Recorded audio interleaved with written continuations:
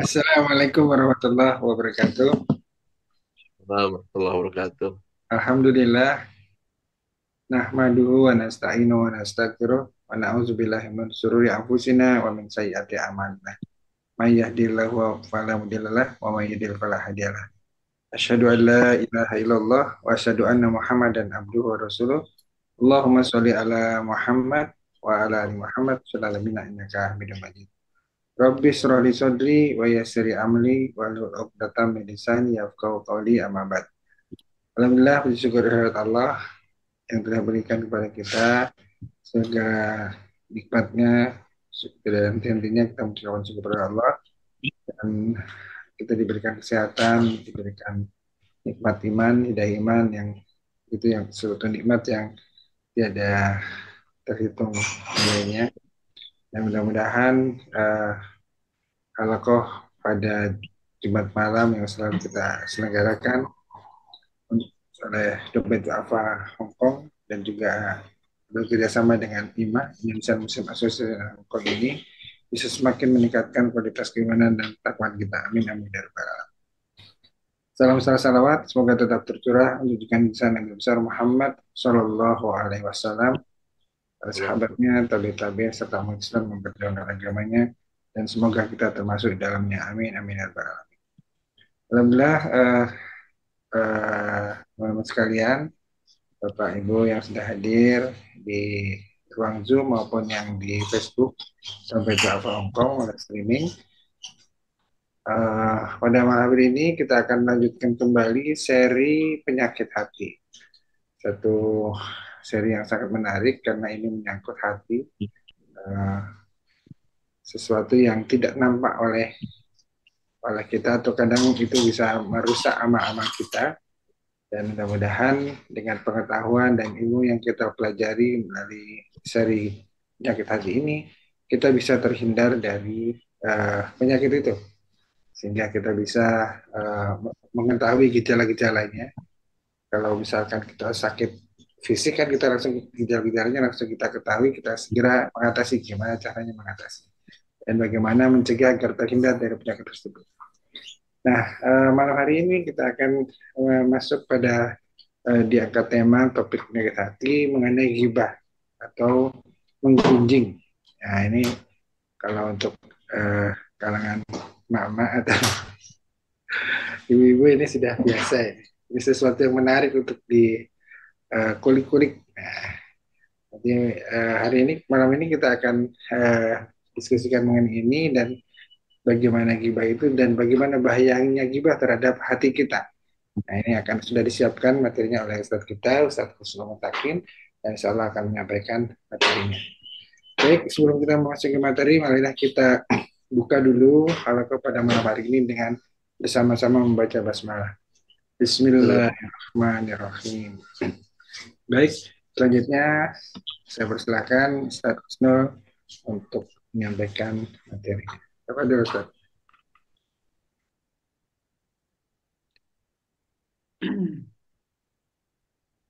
أعوذ بالله من الشيطان الرجيم بسم الله الرحمن الرحيم السلام عليكم ورحمة الله وبركاته Waalaikumsalam warahmatullahi wabarakatuh.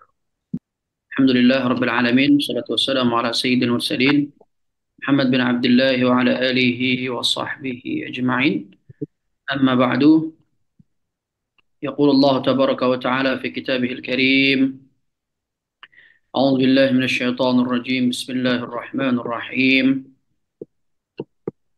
يا أيها الذين آمنوا اجتنبوا كثيرا من الظن إن بعض الظن إثم ولا تجسسوا ولا يغتب بعضكم بعضا أيحب أحدكم أن يأكل لحم أخيه ميتا فكرهتموه واتقوا الله إن الله تواب رحيم.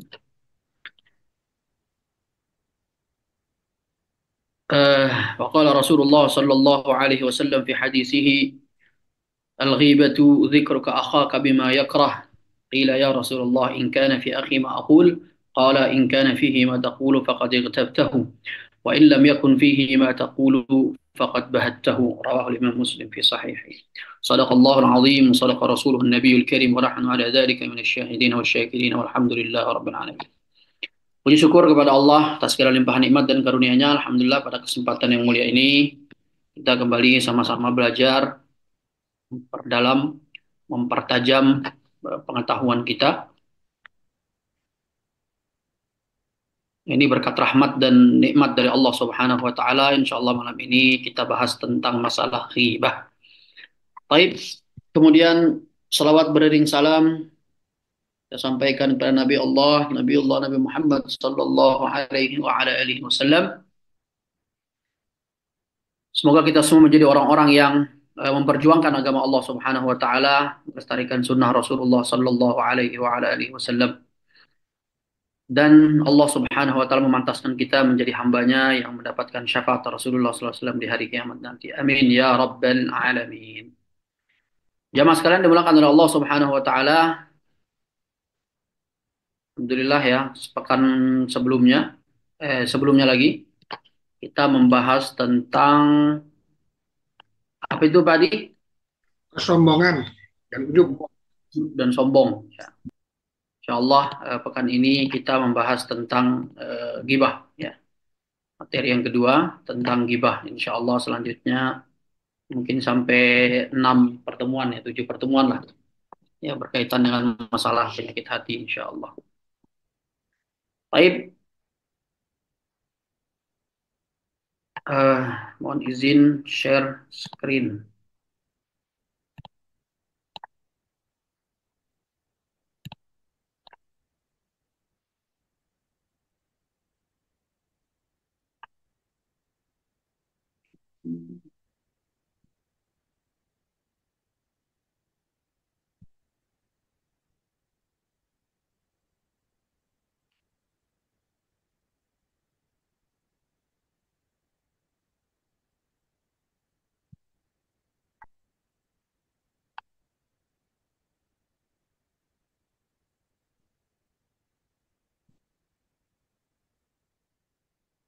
Bentar.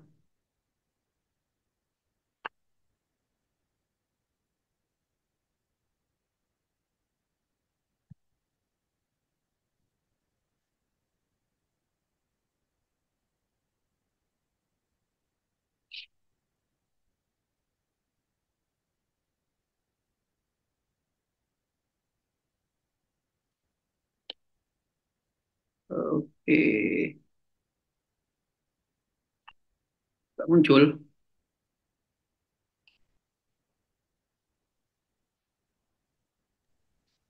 Belum.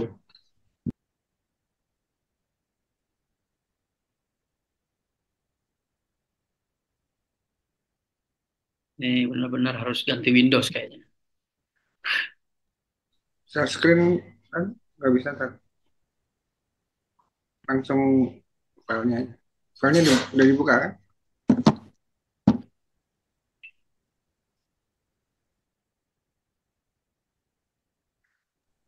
Oke, keluar. Sip, Mana ya? clear. Lanjut Ustaz. Kelihatan? Aman. Cakep. Jelas, insyaallah. Yes, mantap.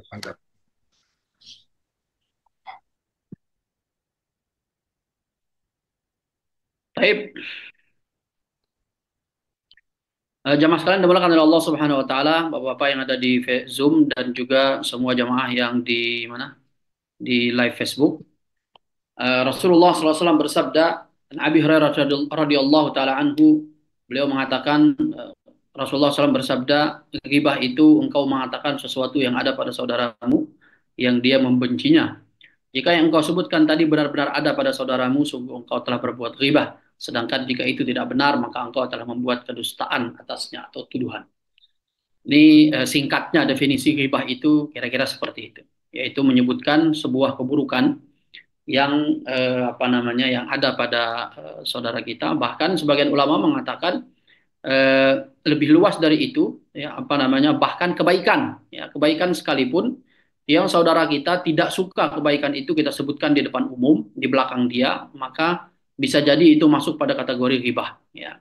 Jadi kebaikan yang mungkin pemilik kebaikan itu menganggap kalau jika kebaikan itu disebut di belakang dia atau di tempat umum itu bisa merusak dirinya, merusak apa namanya niatnya dan lain sebagainya sehingga dia tidak suka itu terjadi, maka para ulama mengatakan ini pun masuk pada kategori ghibah. Ya. Meskipun itu kebaikan, tapi teman kita atau saudara kita itu nggak suka terhadap kebaikan itu jika disebut depan umum, maka ini juga masuk pada kategori ghibah. Ya. Jamaah sekalian dimulakan oleh Allah Subhanahu wa taala, ya kalau tidak ada pada saudara kita berarti kan nuduh ya. Kalau misalnya kebaikan yang kita sebutkan padahal teman kita nggak menyebutkan itu masuknya apa Pak Adi? Teman kita tidak punya kebaikannya tapi kita sebut gitu ya. Seolah-olah dia punya kebaikan itu. Namanya apa tuh Pak Adi? Tebar pesona. Jamaah sekalian dimulakan oleh Fitnah, Allah fitnah. Subhanahu wa taala. Iya. Ghibah ya dari asal kata ghaibah. Ghaba yaghibu ghaiba ghaibatan. Yang artinya segala sesuatu yang tidak terlihat oleh mata, baik terlintas dalam benak atau hati maupun tidak. Adapun ghibah adalah waqi'ah, ya, mengumpat. Ya. Ini di pengertian lain, ghibah itu sebenarnya adalah waqi'ah. Ya, waqi'ah itu adalah umpat dan menyebut keburukan orang lain. Ya, ini masuk pada ghibah itu masuk dari asal kata ghaba yaghibu. Ya. Asal kata artinya, asal aslinya adalah tidak hadir ya, atau gaib ya. Tidak hadir di situ atau tidak ada di situ atau gaib atau berada di tempat lain ya. Pokoknya nggak kelihatan lah gitu. Meskipun dia di balik tembok gitu ya. Jadi misalkan jarak cuma 1 meter tapi cuma dipisahkan sama tembok. Misalkan contoh Pak Adi nih di belakang saya ya kalau di mana di real life beliau di belakang saya hanya dibatasi tembok jarak cuma 1 meter gitu ya. Kira-kira seperti itu. Ini juga masuk pada kategori gaib ya. Jadi tidak terlihat langsung oleh mata. Gimana kalau misalkan terlihat langsung oleh Zoom gitu ya? Apakah ini termasuk gibah? Ya, seperti misalkan kita bicarakan Pak Adi. Di sini Pak Adi ada di Zoom. Tapi di real life beliau nggak ada di sini.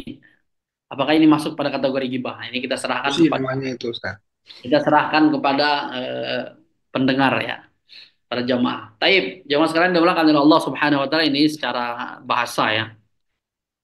Secara istilah ya tadi sudah disampaikan ya sudah disebutkan oleh Rasulullah SAW dalam hadis beliau. Nah ini para ulama menguatkan misalkan Imam Al-Jauhari beliau mengatakan lama insanun khalfa insanin masturin bima yaghummuhu law sami'ahu ya. Seorang membicarakan orang lain di belakangnya, di kalau orang itu tidak hadir dengan menyebutkan sesuatu yang akan membuatnya marah atau tidak suka jika mendengarnya. Nah, apabila hal itu benar adanya, maka disebut ghibah. Jika tidak, maka itu adalah dusta atau kebohongan.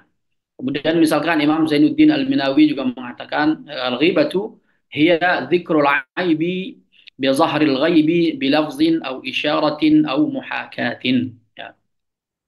Jadi ghibah itu, kata beliau, adalah menyebutkan aib seseorang dikala orang yang tidak ada, baik dengan kata-kata, isyarat, ataupun menirunya.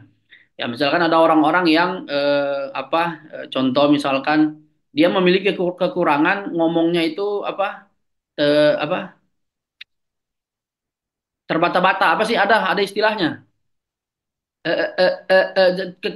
yang kayak gitu tuh. Gagap. Gagap, Gagap. gagap. Nah, dia nggak menyebutkan gagapnya, tapi dia meniru cara dia gagap. Nah, ini juga masuk pada kategori ghibah. Ya muhakah. Ya. Jadi menirunya, mencontohi gagapnya itu, maka ini juga masuk pada kategori ghibah. Begitu juga misalkan dia membicarakan saudaranya dengan memberikan aba-aba apa isyarat misalkan. Contoh misalkan lagi ngomong itu tuh yang itu, jadi dikasih apa isyarat-isyarat gitu ya. Sehingga orang itu ngerti, oh yang dimaksud sama dia ini adalah itu. Jadi dengan isyarat tertentu sehingga orang yang kita ajak bicara itu mengerti aib siapa yang diomongkan gitu kan ya. Meskipun kan nanti insya Allah kita masuk pada pembahasan ada aib-aib apa ghibah yang para ulama mengkategorikan boleh dilakukan. Nah itu nanti akan kita bahas di ujung. Nah ini definisi ghibah ya. Jamaah sekalian dimulakan oleh Allah Subhanahu wa taala, insya Allah ini clear ya. Sebenarnya cukup hadis ini ya. Hadis ini sudah cukup sebenarnya untuk mendefinisikan ghibah tuh. Yang disampaikan oleh Rasulullah SAW ini sudah spesifik banget sebenarnya. Taib, cuma kan dalam memahami hadis kita juga butuh sangat butuh dengan penjelasan-penjelasan para ulama ya, para ulama-ulama yang mereka mengerti betul terkait bahasa Arab ya, karena Rasulullah itu kan jawami'ul kalim ya, salah satu kelebihan beliau adalah jawami'ul kalim, di mana beliau ngomong tuh dikit aja tapi makna artinya sangat luar biasa, sangat luas, banyak. Ya. Nah, kita butuh penjelasan dari para ulama kita, ya, di mana ada kata-kata hal-hal yang kita tidak, mungkin kita hanya ngerti artinya, tapi yang dimaksud belum tentu itu, gitu, kira gitu ya. Karena kita tahu bahasa Arab itu salah satu bahasa yang paling kaya, ya, yang kadang kita nggak, bahasa Indonesia itu nggak mampu untuk mendeskripsikan maknanya yang sebenarnya, kira gitu. Baik, jamaah sekalian dimulakan oleh Allah Subhanahu wa taala. Ini selanjutnya kita masuk pada kategori celaan, ya, dan larangan berbuat ghibah, ya. Dari firman Allah banyak, ya, dari ayat, dari hadis banyak sekali, ya. Di antaranya ayat yang kami bacakan tadi, ya ayyuhal a'udzu billahi minasyaitonir rajim. Ya ayyuhalladzina amanu ijtanibu katsiran minadh-dhanni inna ba'dadh-dhanni itsmun wa la tajassasu wa la yaghtab ba'dukum ba'dha ayuhibbu ahadukum an yakula lahma akhihi maitan fakarihtumuh wattaqullaha innallaha tawwabur rahim. Insyaallah kita semua sudah hafal Al-Hujurat ayat 12. Wahai orang-orang yang beriman, jauhilah banyak berprasangka. Sesungguhnya sebagian prasangka itu adalah dosa. Janganlah mencari-cari kesalahan orang lain dan janganlah ada di antara kamu yang menggunjing sebagian yang lainnya atau menggibah sebagian yang lainnya. Apakah ada di antara kamu yang suka memakan daging saudaranya yang sudah mati? Tentu kamu merasa jijik. Bertakwalah kepada Allah. Sesungguhnya Allah Maha menerima taubat, penerima taubat dan Maha penyayang. Jamaah sekalian dimulakan oleh Allah Subhanahu wa taala, ini ayat ini luar biasa, ya. Sebenarnya di ayat ini Allah Subhanahu wa taala menyebutkan dua fase, ya, dua fase yang terjadi, ya, sebelum terjadinya ghibah, ya. Fase yang pertama adalah zon, ya. Fase yang pertama adalah suka berprasangka, ya. Dari prasangka ini karena memang tidak semua prasangka itu buruk, ya. Karena ada husnuzon, ya, tidak semuanya suuzon, ada husnuzon, se, seirama dengan husnul muttaqin, seirama dengan husnul khotimah. Nah, jadi kira-kira gitu. Yang pertama adalah zon, ya, berprasangka, ya. Orang-orang itu ada yang berprasangka, dan prasangka itu kan gak semuanya buruk, gitu, karena ada husnuzon itu tadi. Dari berprasangka ini, karena sering-sering berprasangka, kemudian dia sedikit tidak akan terjerumus ke dalam inna ba'dadh-dhanni itsmun, masuk pada kategori bahwasanya prasangka, sebagian prasangka itu dia akan terjerumus ke dalam sebagian prasangka yang masuk pada kategori prasangka dosa atau suudzon, ya, prasangka yang buruk, kira-kira begitu. Setelah orang itu terjerumus ke dalam prasangka yang buruk, maka akan menghantarkan dia kepada tajassus. Ya, tajassus itu adalah kalau intel itu nyari-nyari info kesalahan orang, gitu, ya. Tajassus itu, ya, nyari-nyari kesalahan orang lain, ya. Dari zon prasangka buruk ini dia akan kepo, kira-kira gitu, ya. Bukan K-pop tapi kepo, ya. Kepo itu pengen tahu, gitu, ya, urusan orang yang nggak penting buat dia, pengen tahu aja, gitu, ya. Nah, dari buruk sangka ini akan melahirkan tajassus, ya. Suka mencari-cari kesalahan orang lain. Dari tajassus, ya, orang yang suka mencari kesalahan orang lain akan terjerumus ke dalam ghibah, ya. Karena pasti semakin banyak dia tajassus, maka semakin banyak dia mendapatkan berita-berita buruk terhadap orang lain, ya. Berita-berita buruk orang lain yang dia ketahui, kemudian, ya, kita tahulah, ya, orang-orang yang suka kepo itu nanti dia banyak dapat info, gitu, ya. Infonya lebih banyak, gitu, ya. Info buruknya lebih banyak, ya. Kalau zaman sekarang mungkin orang keponya pakai HP, pakai sosial media, gitu, ya. Kalau zaman dulu mungkin ibu-ibu itu kan, ya, orang-orang yang suka kepo itu, ya, nongkrong, gitu, ya, turun nongkrong di mana gitu, di halaman rumahnya siapa, gitu, nanti sejam lagi ganti tukar dapat info-info yang lain, gitu, ya, banyak. Jadi dari zon naik ke suuzon, dari suuzon pindah ke tajassus, dari tajassus masuklah dia ke dalam irtab, ya, menggunjing atau menggibah. Karena nggak mungkin orang itu gibah kalau dia nggak punya info buruk terhadap berkaitan dengan orang lain, kira-kira gitu. Gimana info buruk itu bisa nyampe ke orang tersebut? Yaitu dengan cara tajassus, ya. Gimana orang itu bisa naik level kok jadi tajassus, dari jasus, ya, dari suuzon, gitu, ya. Kira-kira begitu. Maka Di ayat ini Allah Subhanahu wa taala melarang tiga fase itu ya. Fase suudzon, fase tajassus dan ghibah ya. Maka jamaah sekalian dimulakan oleh Allah Subhanahu wa taala, ayat ini juga seharusnya sudah cukup menjadi pengingat bagi kita semua. Ayuhibbu ahadukum ayyakula lahma akhihi maitan fakarihtumuh. Ayat ini menjelaskan kepada kita bahwa orang yang gibah, yang menggunjing itu bagaikan orang yang makan bangkai saudaranya. Jangankan kita makan bangkai gitu ya, kita makan eh, ikan atau makanan yang udah agak asem gitu Pak dia, udah mulai kerasa mau basi gitu, kita pun langsung dilepeh gitu ya. Maka bagaimana mungkin kita memakan eh, sesuatu yang masuk pada kategori bangkai, apalagi itu bangkai manusia. Nauzubillah. Artinya ini adalah sesuatu yang sangat buruknya.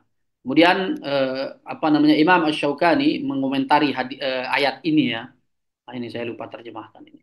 Fahadha nahyun Qur'aniyun 'anil ghibati ma iradi mithli lidzalika yaziduhu syiddatan wa taghlidha. Imam Asy-Syaukani mengatakan ya jadi komentar beliau terhadap ayat ini, beliau mengatakan bahwasanya ini adalah larangan Quran. Larangan yang datang dari Allah Subhanahu wa taala tentang terhadap ghibah ya. Di saat yang sama Allah Subhanahu wa taala memberikan contoh, menyebutkan contoh ya. Yang mana contoh itu menambah syiddah ya, syadid, dahsyatnya larangan terhadap ghibah tadi ya, atau ghalidha. Wa yuqamu fin nufusi minal karahati wal istiqdar ya. Jadi sesuatu yang akan membuat jiwa kita itu penuh kebencian ya, dan seterusnya, kebusukan ya, keburukan ya. Fa inna akala lahmal insani min a'zami ma yastaqdiruhu ya banu Adam. Maka di sini di ayat ini Allah Subhanahu wa taala memberikan contoh memakan daging manusia gitu. Makan daging manusia itu adalah sesuatu yang paling eh, menjijikkan ya bagi anak Adam kira-kira. Jadi makan sesama jenis gitu ya. Ini adalah sesuatu yang paling menjijikkan. Itu bukan binatang, gitu. Binatang saling makan oke aja gitu. Walau kana kafiran aw adwan mukafiha, meskipun yang dimakan itu adalah orang kafir gitu ya, tetap aja gitu menjijikkan. Fakaifa idza kana akhan fin nasabi aw fid din, lalu berkata beliau bagaimana mungkin jika itu adalah saudara ya, saudara kandung fin nasab au fid din, atau dalam agama, saudara seagama. Fa innal karahata tatadha'afu bidzalika. Pastinya kebencian itu ya, kejijian itu akan bertambah jika seseorang itu memakan daging saudara kandungnya atau saudara seiman dan seterusnya. Jamaah sekalian dimuliakan oleh Allah Subhanahu wa taala, intinya beliau mengatakan bahwasanya ini adalah larangan berat ya dari Allah Subhanahu wa taala, dan bahkan para ulama memasukkan ini dalam kategori dosa besar ya. Ghibah itu dosa besar, kira-kira begitu. Ya. Jamaah sekalian dimulakan oleh Allah Subhanahu wa taala, banyak ya dalil yang berkaitan dengan larangan dan zammu, celaan terhadap ghibah ini ya. Di antaranya misalkan eh,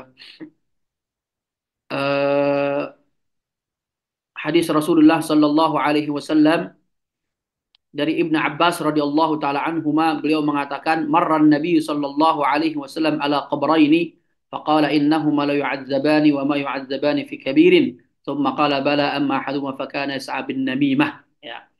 Jadi pada suatu hari ya, insya Allah kita sudah pernah dengar ya, ada hadis Rasulullah SAW. Suatu hari Rasulullah SAW lewat di depan dua kubur ya, dan dua-duanya disiksa oleh Allah Subhanahu Wa Taala. Kemudian Rasulullah SAW mengatakan mereka tidaklah diazab karena dosa besar yang lainnya ya. Jadi dosa yang mereka lakukan itu ada yang tergolong dosa kecil ya. Di antaranya adalah yang satunya adalah dari pipisnya ya. Nah ini pipis yang tidak bersih gitu ya, ceboknya nggak bersih, pipisnya belum habis gitu. Nah ini penting ya, poin penting. Ya mungkin suatu saat kita akan bahas tentang masalah istinja ya. Ini kita kan di Hong Kong ya, negara yang kayaknya hampir semuanya klosetnya itu toilet duduk gitu ya, bukan yang jongkok. Jadi kalau duduk itu kan pipis itu nggak habis gitu, masih ada sisanya kadang-kadang gitu ya.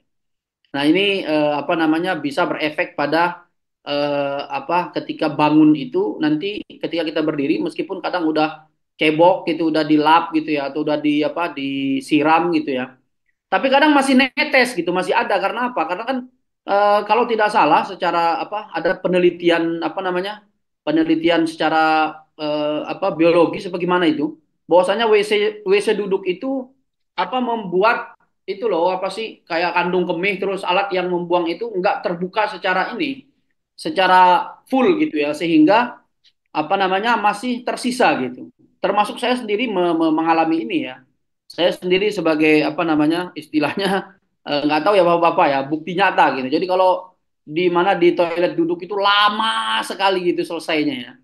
Di apa di toilet duduk. Tapi kalau apa namanya buang air di Masjid Wancai itu lancar sekali karena toilet jongkoknya. Toilet jongkok. Begitu juga dengan pipis ya. Mohon maaf misalkan sebagai contoh ya, ketika pipis itu misalkan ya, mohon maaf ini Bapak-bapak sekalian dan jamaah ini masalah ilmu ya. Dan menurut saya penting untuk disampaikan. Jadi misalkan contoh di kantor, yang pernah ke kantor, itu kan di kantor itu ada toilet duduk, kemudian di sampingnya ada kamar mandi ya. Itu saya harus jongkok lagi di kamar mandi untuk menghabiskan pipis yang masih tersisa. Dan itu hampir setiap pipis saya melakukan itu. Kenapa? Karena kan istilahnya kalau kita jongkok di WC duduk itu kan berbahaya ya. Taunya kita kepleset, jempali dan seterusnya kan ngeri ya. Sehingga saya harus jongkok lagi gitu. Jongkok lagi di yang tempat mandi itu gitu ya. Jadi mengeluarkan sisa-sisa pipis tadi. Dan memang benar gitu, masih ada sekitar sekian mili gitu ya. Nah ini jamaah sekalian dimuliakan oleh Allah SWT ini apa namanya penting ya berkaitan dengan masalah istinja. Karena orang kalau istinjanya nggak bersih, artinya masih ada najis di tubuhnya, kemudian atau bahkan kena pakaiannya, sehingga istinja itu hukumnya wajib ya. Dan apa namanya fasenya kan istilahnya istinja dulu bersih baru boleh wudhu. Artinya kalau istinjanya nggak benar, masih ada sisa-sisa, maka wudhunya pun batal. Kalau wudhunya tidak diterima, maka sholat pun tidak akan diterima. Ketika sholat tidak diterima, maka orang itu seperti tidak sholat. Sehingga wajarlah jika Allah Subhanahu Wa Taala menghukum orang yang bermasalah disiksa gara-gara masalah pipis ya karena berefek pada itu tadi ya rentetannya sampai ke sana. Wal'iyadzubillah. Kemudian yang satu lagi adalah disiksa karena namimah ya. Meskipun namimah ini ya nggak mirip banget lah sama sama gibah ya. Tapi hampir-hampir mirip ya. Insya Allah nanti kita akan bahas ya pada ini. Nah, jamaah sekalian dimulakan dari Allah Subhanahu Wa Taala. Kemudian banyak juga ya hadis-hadis lain yang berkaitan dengan masalah nanti juga akan kita sebutkan ya. Yang masalah gibah ini. Jamaah sekalian dimulakan oleh Allah Subhanahu wa taala. Kemudian selanjutnya kita masuk ke fadilah melarang ghibah ya. Ini juga masuk kepada apa namanya celaan dan larangan. Dari Asma binti Yazid radhiyallahu anha qalat qala Rasulullah sallallahu alaihi wasallam man zabba an aradi akhihi bil ghibah kana haqqan 'ala Allah an yu'tiqahu minan nari. Asma binti Zaid mengatakan radhiyallahu taala anha bahwa beliau mengatakan maksudnya Rasulullah SAW pernah bersabda barang siapa yang apa namanya zabba'an ardi akhihi apa menjaga ya kehormatan saudaranya dengan melarang gibah kana haqqan 'ala Allah kana haqqan 'ala Allah ay yu'tiqahu minan nar maka Allah Subhanahu wa taala akan apa namanya membebaskan dia dari api neraka. Kemudian dari Abi Darda radhiyallahu anhu an Nabi sallallahu alaihi wasallam man radda an ardi akhihi raddallahu an wajhihi anhu wajhahu an-nara yaumal qiyamah. Barang siapa yang menghalau ya menghalau rusaknya apa namanya kehormatan seseorang saudaranya maka Allah Subhanahu wa taala akan menjaga wajahnya dari tersentuh oleh api neraka. Kemudian terakhir di sini Anas bin Malik radhiyallahu anhu qala Rasulullah sallallahu alaihi wasallam man hama an ardi akhihi fid dunya ba'atsallahu azza wa jalla malikan yaumal qiyamati yahmihi minan nari. Rasulullah SAW bersabda, barang siapa yang menjaga kehormatan saudaranya di dunia, ba'asallah, Allah Subhanahu wa taala akan mengutus baginya malaikat di hari kiamat yang akan menjaga dia dari api neraka. Jamaah sekalian dimulakan oleh Allah Subhanahu wa taala. Kemudian selanjutnya hukum ghibah. Ya. Ibnu Katsir mengatakan wal ghibatu muharramatun bil ijma' wa la yustasna min dzalik illa ma rajjahat maslahatan kama fil jarhi wat ta'dili wan nasihati. Ya. Imam Ibnu Katsir mengatakan ghibah itu hukumnya haram berdasarkan ijma' tanpa terkecuali. Ya. Tanpa terkecuali semua jenis ghibah ya. Kecuali jenis ghibah yang memiliki maslahat. Nanti akan kita bahas. Seperti dalam ilmu jarh ta'dil dan dalam menasihati. Ilmu jarh ta'dil itu ilmu yang berkaitan dengan kualitas rawi hadis ya. Apakah rawi hadisnya itu bohong, apakah dia suka bohong, apakah dia hafalannya rendah, lemah, apakah dia akhlaknya buruk, karena ini berefek pada diterima atau tidaknya hadisnya. Dan dalam menasehati ya. Ini kemudian Imam Ibnu Hajar juga mengkategorikan ghibah sebagai dosa besar ya. Apa namanya, beliau mengatakan dalil-dalil sahih secara jelas menyatakan bahwasanya ghibah itu hukumnya adalah dosa besar ya. Meskipun memang kata beliau ya, ini ada lanjutannya lupa saya cantumkan.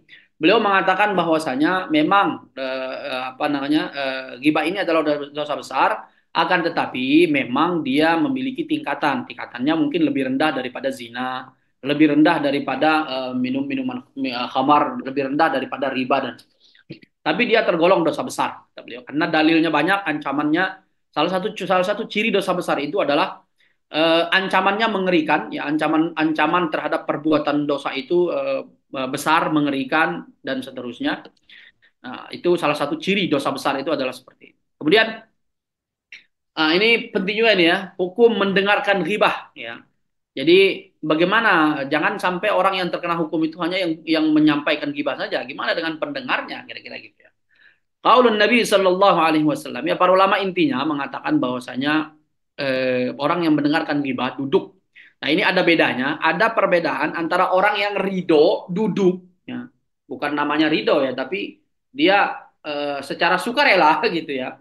Tidak bermasalah ikut duduk mendengarkan orang ghibah ya. Ini maksud tuh ini ya, mendengarkan ghibah seperti itu maksudnya. Bukan orang yang tiba-tiba apa namanya lewat gitu ya. Orang yang tiba-tiba lewat kemudian mendengarkan orang lain ghibah terus dia berlalu begitu saja. Apakah orang ini berdosa? Tidak. Ya, para ulama sepakat orang seperti itu tidak terkena dosa ghibah. Yang dimaksud oleh para ulama adalah dan yang dimaksud di dalam hadis ini adalah orang yang ridho duduk gitu ya, nongkrong bareng gitu ya, apa namanya gabung di grup WA ghibah gitu ya, gabung di Telegram ghibah kira-kira gitu. Jadi intinya mereka ridho ikut duduk gabung mendengarkan orang yang apa menyampaikan ghibah terhadap orang lain. Rasulullah SAW bersabda, ma min imri'in muslimin yakhdhulu imra'an muslima fi mawdi'in yantahiku fihi hirmatahu wa yantaqisu fihi min 'ardihi illa khadzalahu Allah fi mawtinin yuhibbu nusratahu wa ma min imri'in muslimin yansuru musliman fi mawdi'in yantaqisu fihi min 'ardihi wa yantahiku min hirmatihi illa nasarahu Allah fi mawtinin yuhibbu nusratahu. Tidaklah seorang muslim membiarkan seorang muslim lainnya berada pada kondisi dirusak kesuciannya dan diciderai kehormatannya, melainkan Allah akan membiarkannya ya tanpa menolongnya dikala ia membutuhkan pertolongan Allah Subhanahu wa taala. Dan tidak pula seorang muslim menolong muslim lainnya dalam kondisi kehormatannya diciderai dan kesuciannya dirusak, melainkan Allah akan menolongnya dikala ia membutuhkan pertolongan Allah Subhanahu wa taala. Dalil ini para ulama menjadikan dalil ini sebagai dasar bahwasanya orang yang duduk ya mendengarkan ghibah ridho dengan ghibah yang diceritakan, tidak melakukan apa-apa, membiarkan saja, maka mereka sama dosanya dengan orang yang ghibah. Ya, sama dosanya, persis gitu ya, sama orang yang ghibah. Ini Pak Didi kok udah botak aja ini. Saya gagal fokus sama urusan. Oh, belum. Saya pikir sudah sampai Saudi. Nah, ini efek bendera Palestina yang putih di tengah itu ya. Taib. Jamaah sekalian dimulakan oleh Allah Subhanahu wa taala. Selanjutnya, ini macam-macam ghibah ya. Yang pertama, ya, ghibah itu jadi seperti yang tadi kita sampaikan. Nah, ini ya di perkataan Imam Ibnu Katsir, ghibah hukumnya haram berdasarkan ijma tanpa terkecuali, kecuali jenis ghibah yang memiliki maslahat. Nah, di sini macam-macam ghibah. Yang pertama, jamaah sekalian dimulakan oleh Allah Subhanahu wa taala, ada ghibah yang diharamkan. Ghibah yang diharamkan itu ya yang secara umum kita ketahui ya, menyebutkan aib seseorang yang ia tidak sukai, baik itu aib atau kekurangan fisik maupun akhlak dalam hal duniawi maupun akhirat. Ya. Fisik ataupun akhlak, ya, keburukan akhlak ketika disebut di belakangnya, maka dia telah melakukan ghibah, dan ini diharamkan. Kemudian yang kedua adalah ghibah yang hukumnya wajib malah. Menyebutkan aib atau kekurangan orang lain yang akan menyelamatkan selainnya, seperti menyebutkan kekurangan calonnya, seseorang yang akan menikah dengannya. Jadi ada orang mau nikah, datang ke Pak Adi, Pak Adi, itu siapa namanya, misalkan si Fulan itu gimana sih modelnya, kan Pak Adi tahu tuh, kenal sama dia, misalkan. Itu kira-kira gimana? Maka Pak Adi ketika dimintai nasihat seperti itu, istilahnya ini orang datang udah ini Pak Adi mau ngelamar saya, misalkan. Itu bagaimana? Maka Pak Adi boleh menyebutkan, ya, dan bahkan para ulama mengatakan diwajibkan gitu ya seseorang menyebut, ya, karena apa? Karena itu akan menyelamatkan dia. Taunya orang ini memiliki aib yang mengerikan, kemudian dia malah menikah, ya, kemudian selanjutnya bermasalah, kira-kira gitu.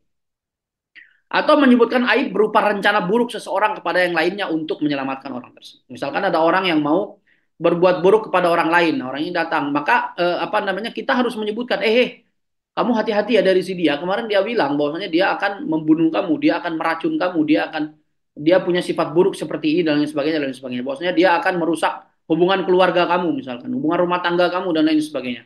Maka ini gibah yang hukumnya diwajibkan, harus disebutkan, kira-kira gitu, harus disampaikan untuk menyelamatkan orang lain. Ini maslahatnya jelas, ya, terlihat secara jelas, ya. Kemudian yang ketiga yaitu ghibah yang mubah, ya.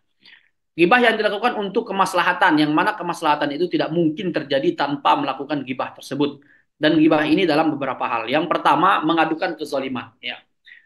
Jadi misalkan seseorang yang dizolimi, maka dia ketika datang kepada hakim, pada ini, maka dia menyampaikan, saya dizolimi oleh si A, oleh si fulan, maka tolong dengan kekuasaan Anda, dengan kemampuan Anda, lakukanlah keadilan, ya. Maka ini harus dilakukan. Nah, ini kan boleh, ya. Boleh, ya. Artinya kenapa kok dikategorikan boleh? Kenapa nggak wajib, ya? Karena orang yang dizolimi boleh ngadu, boleh tidak, gitu, ya. Atau misalkan dia tidak mau mengadu terhadap kezoliman orang tadi, ya, hanya dia misalkan bersabar, berdoa atau memaafkan. Kemudian meminta fatwa, ya, istifta. Ya, orang yang istifta itu ya harus cerita gitu, ya. Ada masalah apa kira-kira gitu, ada keburukan apa, maka dia boleh menceritakan aib-aib tertentu, kira-kira gitu, atau aib dari seseorang, ya. Kemudian mentahzir dan menasihati kaum muslimin, ya. Apabila ada kaum muslimin yang melakukan keburukan, maka boleh, ya, disebutkan Anda itu begini begini begini, ya, Anda itu bla bla bla. Kemudian dinasehati dan seterusnya. Kemudian orang fasik yang memamerkan kemaksiatannya. Ya, istilahnya kalau orang fasik yang memamerkan kemaksiatannya, ya, istilahnya bahkan bisa masuk pada kategori, ya, bukan dihitung gibah gitu, karena semua orang tahu gitu, ya. Tahu keburukan dan kemaksiatan dia, ya. Kemudian misalkan ini satu lagi, ya, menyampaikan nasihat kepada pemimpin yang zalim, ya. Menyampaikan kepada misalkan ulama, ya, untuk ini pemimpin ini melakukan kesalahan begini, dia kezalimannya bla bla bla bla, tolong dinasehati, misalkan tolong dilakukan penyelidikan dan lain sebagainya, maka ini dibolehkan, ya. Jamaah sekalian dimulakan oleh Allah Subhanahu wa taala, ini pembagian gibah, ya. Kemudian selanjutnya kita geser ke apa sih sebab-sebab, ya, yang menjadikan orang itu kok dia bisa melakukan gibah, ya. Sebab yang membuat orang itu melakukan gibah. Yang pertama adalah karahiyatuhu al-batinah liman yaghtab. Para ulama mengatakan, ya, misalkan di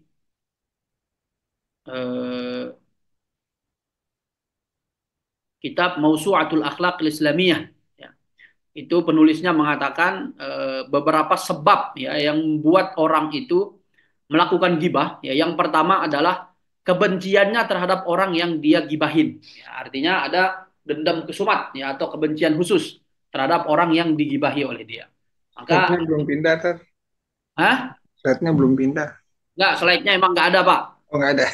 Ya, slide-nya cuma sampai situ. Ya. Nah, ini beberapa sebab, ya. Yang pertama adalah karahiyatul batinah liman yaghtab.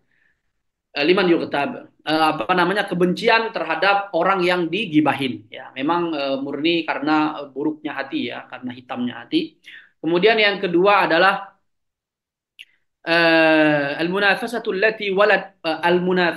allati waladat hasadan, ya wal husud la yuhibbu an ya'rif anhu al-hasad, ya. Yang kedua adalah apa namanya, efek hasad, ya, diiri, ya, dengki, ya. Kemudian orang ini kemudian mungkin ada kebaikan orang yang dia tidak suka, ya. Jadi salah seseorang yang memiliki kebaikan dan dia nggak suka dengan kebaikannya, ya namanya hasad, ya.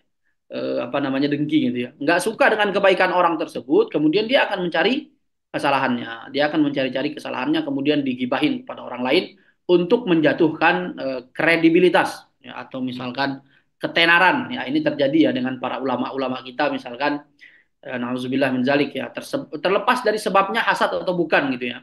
Jadi ulama-ulama kita di apa namanya, di fitnah-fitnah seperti itu, ya, mungkin ada yang memang melakukan kesalahan, yang melakukan kemaksiatan, tapi kemudian kan tidak boleh diumbar gitu, ya, kira-kira begitu.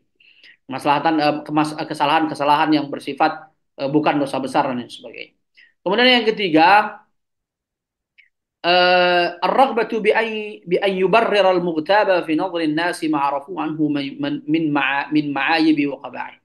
Jadi dia memang pingin apa namanya, uh, apa ya, tadi hampir sama, ya, menjatuhkan, ya, orang yang digibahin, ya. Jadi dia membuat orang ini istilahnya itu kehormatannya, ketenarannya, ke ke apa namanya, kemasyhurannya rusak di mata orang lain, ya, dengan gibah yang dia lakukan, ya.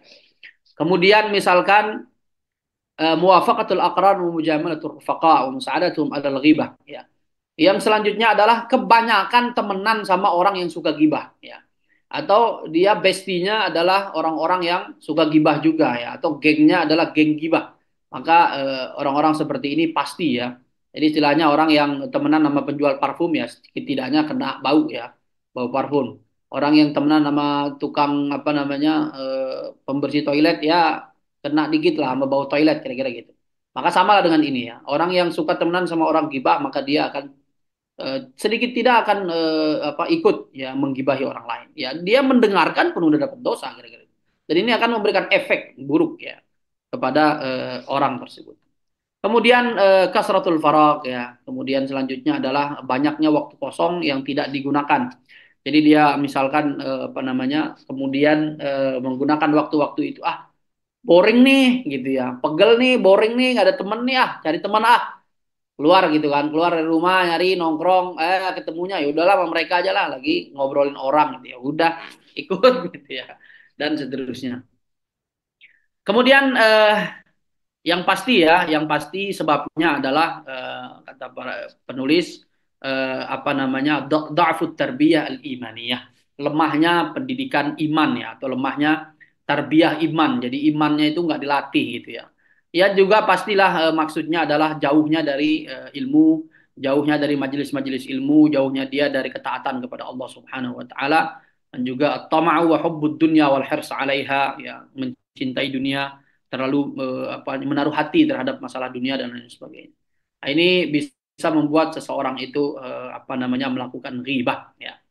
Kemudian terakhir al-wasailu al-mu'inah ala tarqil ghibah, ya, hal-hal yang bisa membuat kita terjauh, terbebas dari riba. Yang pertama pasti at-taqarrubu ilallahi subhanahu wa ta'ala. Yang pertama adalah mendekatkan diri kepada Allah Subhanahu wa taala, ya, bukan bunuh diri, maksudnya adalah beribadah kepada Allah, ya. Jadi beribadah kepada Allah bisa membuat kita apa namanya terbebas, ya. Bahkan mungkin kalau kita yang sering gibah, semakin dekat kepada Allah, ibadah kepada Allah, maka sedikit demi sedikit ibadah yang kita lakukan akan menarik kita dari, membebaskan kita dari gibah yang kita lakukan. Kemudian ziyadatu rasidil imani wa taqwiyatihi bil ilmi nafi' wal amal salih. Pastinya adalah menguatkan iman, ya, menambah iman dengan cara belajar, ya, ilmu-ilmu agama, kemudian ilmu-ilmu umum juga, ya. Misalkan contoh ikut pelatihan, kalau ibu-ibu tuh di mana, di sini misalkan ikut pelatihan rias gitu, ya. bagaimana ngerias pengantin, gimana dekor gitu ya. Kemudian ikut misalkan majelis sholawatan, itu hal-hal yang bisa membuat kita apa namanya terbebas dari gibah gitu ya. Daripada gibah ya mending sholawatan gitu ya. Kemudian apa namanya yang ketiga ayyan insanu bil bahsi an uyubihi nafsihi wa yakufu an uyubil akharin wa tatabbu'iha. Ya, yang ketiga kata penulis hendaklah seseorang itu kalau mau terbebas dari gibah, dia fokus pada aibnya sendiri, ya nggak usah pusing sama aibnya orang lain gitu ya. Pusinglah sama aib sendiri, cari kesalahan sendiri, kemudian evaluasi, introspeksi diri, kemudian bertaubat kepada Allah Subhanahu wa taala dan jangan ngurusin aib orang lain ya. Kemudian selanjutnya ikhtiarus suhbati salihati allati tuqarribuka min Allah wa tub'iduka anil ma'asi. Yang keempat adalah mencari kawan, sahabat, teman yang bisa mengantarkan kepada kebaikan, yang bisa mendekatkan kita kepada Allah Subhanahu wa taala, sama-sama belajar, sama-sama melakukan aktivitas kebaikan dan seterusnya. Dan banyak lagi hal-hal kebaikan ya, misalkan qanaatul insan bima razaqahullah ya, jangan terlalu berlebihan dalam masalah hal-hal yang bersifat duniawi, terlalu hedon gitu ya. Itu juga bisa berefek pada orang itu nanti akan cinta ghibah dan seterusnya. Dan pastinya umumnya adalah ketaatan kepada Allah Subhanahu wa taala, berteman dengan orang baik, bermajelis dan seterusnya.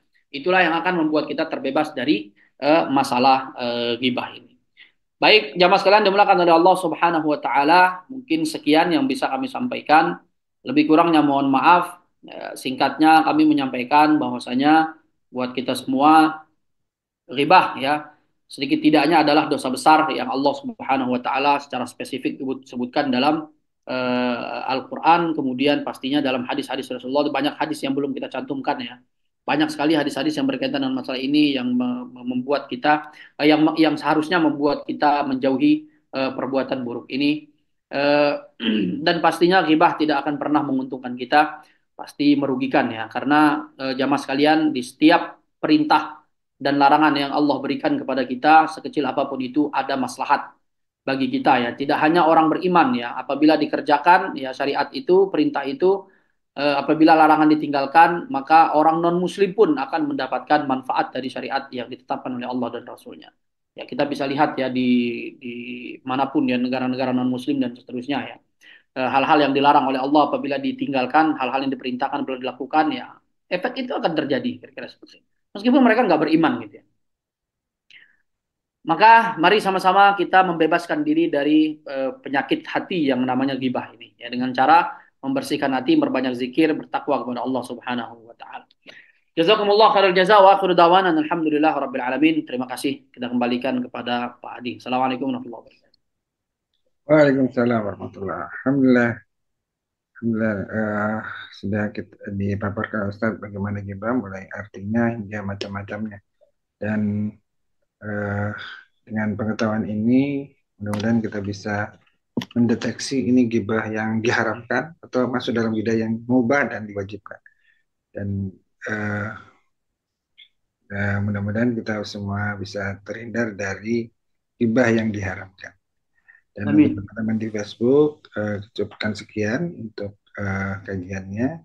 Kami akan lanjutkan dengan diskusi melalui Zoom secara online. Terima kasih.